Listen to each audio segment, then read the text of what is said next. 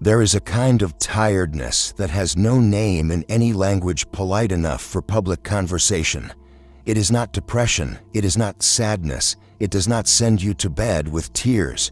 It is something colder, quieter, and far more difficult to explain. It is the exhaustion of existing itself, the weight of continuing, the low, persistent hum of asking, not why live, but why keep performing the ritual of it. You answer people with the correct words, you smile at the right moments, and somewhere behind all of it, you feel a distance, not from others, but from the act itself, from the whole enterprise of being here. This is not a clinical condition. It is not something you can fix with a prescription or a vacation. It is something far older than medicine and far more honest than most people allow themselves to be. Emil Cioran, the Romanian French philosopher who spent his entire life examining this precise feeling, once wrote that he had not found a single argument against suicide, only habits. That is a sentence most people read and immediately look away from, because it is too accurate. It is not a cry for help, it is a description of how a certain kind of mind actually operates when it stops lying to itself. This video is not for everyone, it was never going to be. It is for the people who have been tired for a long time, who have mastered the art of appearing functional while something inside runs on fumes, who have stopped trying to explain it because they know what happens when they do. The concern, the suggestions, the slow redirection towards something more manageable. You have learned to keep it to yourself. Today we are going to say what you never say out loud. The first thing you need to understand is that what you feel is not a malfunction. It is not a sign that something went wrong in you. Cioran believed the opposite. He argued that the capacity to feel the full weight of existence without the buffer of distraction or delusion is one of the rarest and most demanding forms of consciousness. Most people move through life protected by a kind of beautiful, necessary stupidity, not an insult, a mercy. The brain, by default, filters out the absurdity of the human situation. It gives you goals, it gives you urgency, it gives you the sense that things matter in a way that keeps you moving. But some minds refuse the filter. Some minds insist on seeing clearly, even when clarity is the heaviest thing in the room.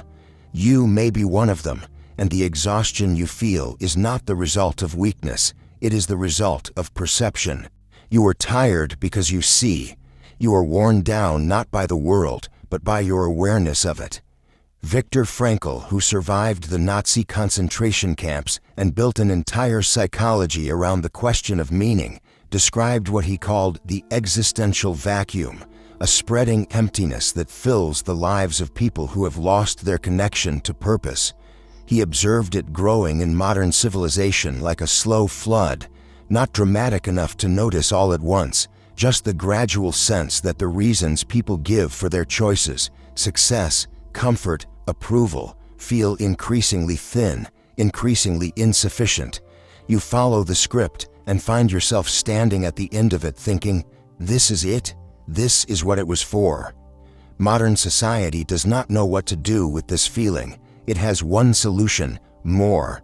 More stimulation, more productivity, more achievement, more connection. Scroll further, work harder, build a better version of yourself, optimize.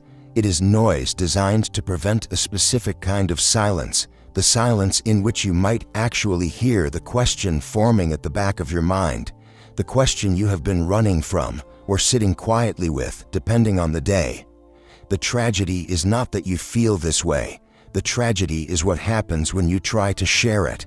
You say something honest, not a crisis, just honest, and you watch people's faces shift into a particular kind of careful. They ask if you are okay. They say they are worried. They mention resources. What they cannot do is simply sit with you in it, because the feeling is too close to something that frightens them. It is a mirror they did not ask to be handed.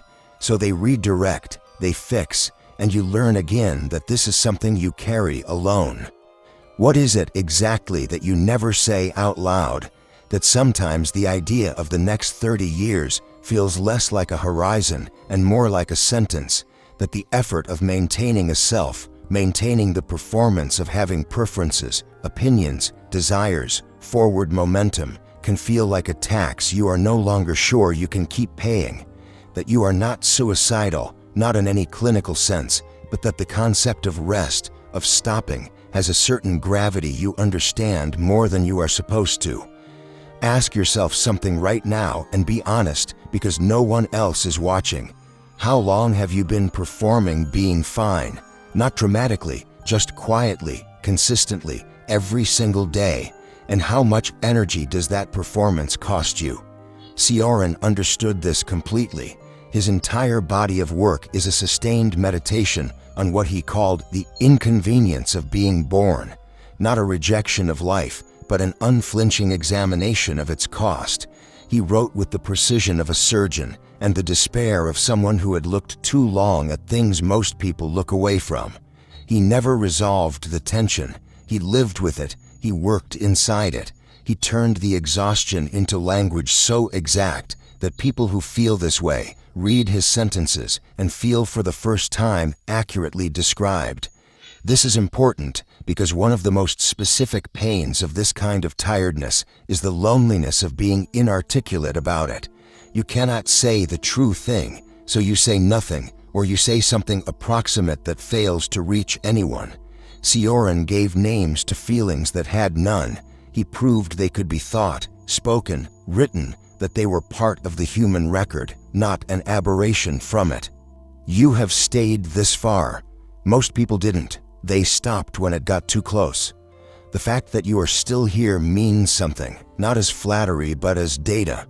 It means some part of you is still searching for language accurate enough to describe your own experience. What comes next is the most important part of everything we have discussed. Stay with me. Albert Camus spent his philosophical life on one question. Given the absurdity of existence, given that the universe offers no inherent meaning and no satisfying answers, what do we do? His answer was not hope, it was not faith, it was not even happiness, it was rebellion, a specific kind of rebellion, the decision to continue with full knowledge of the situation, to look at the abyss, acknowledge it completely, and choose to live anyway, not because it makes sense, but because the choosing itself is the only honest act available. This is different from optimism. Optimism requires you to believe things will improve. Camus asked for no such belief. He asked only for the recognition that the human confrontation with meaninglessness, the tiredness itself, is not a problem to be solved. It is the condition to be inhabited. And the people who inhabit it consciously, who do not pretend the exhaustion away, who do not numb it into silence, those people are doing something that requires extraordinary internal strength, even when it looks like nothing from the outside. Cioran's answer to this was not resolution, it was work. Not because work resolves anything, he knew it did not, but because the act of making something from the weight, naming it, shaping it, putting it somewhere outside yourself, creates a temporary, honest relief. It does not pretend the tiredness is gone. It simply gives it a form that can be held, examined, survived. He wrote because he had no better option, and what he built outlasted him. Frankl's answer operated differently but arrived somewhere adjacent. Meaning is not found, it is constructed, not from the universe is indifferent, but from the specific texture of your particular life, the people you are in front of, the work that belongs to your hands, the small, precise engagements that exist because you exist and not for any other reason. This is not inspiration, it is not purpose in any grand sense. It is the recognition that exhaustion does not cancel the specificity of your presence.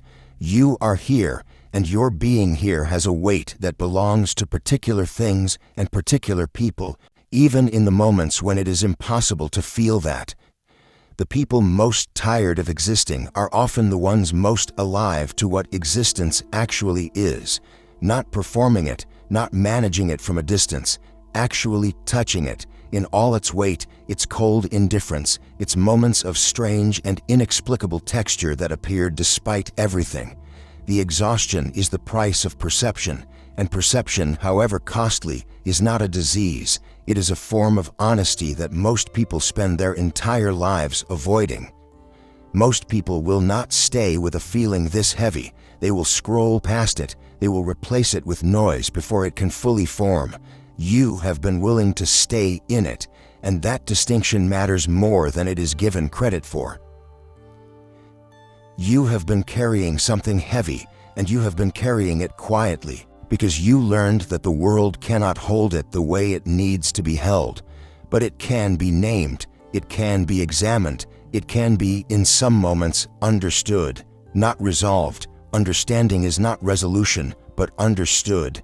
And understanding changes the relationship to the weight, not the weight itself, the relationship to it. Cioran lived to 84. He never stopped finding existence inconvenient.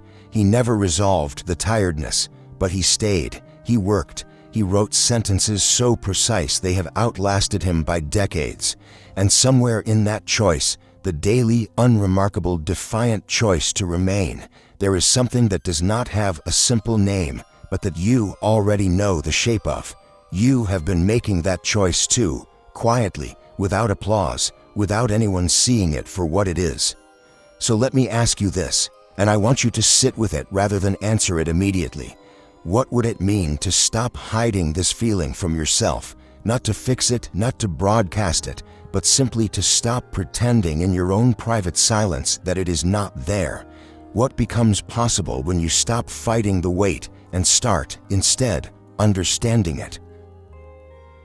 Write that in the comments, not because sharing solves anything, but because you may find out you are not as alone in this as the silence has made you believe.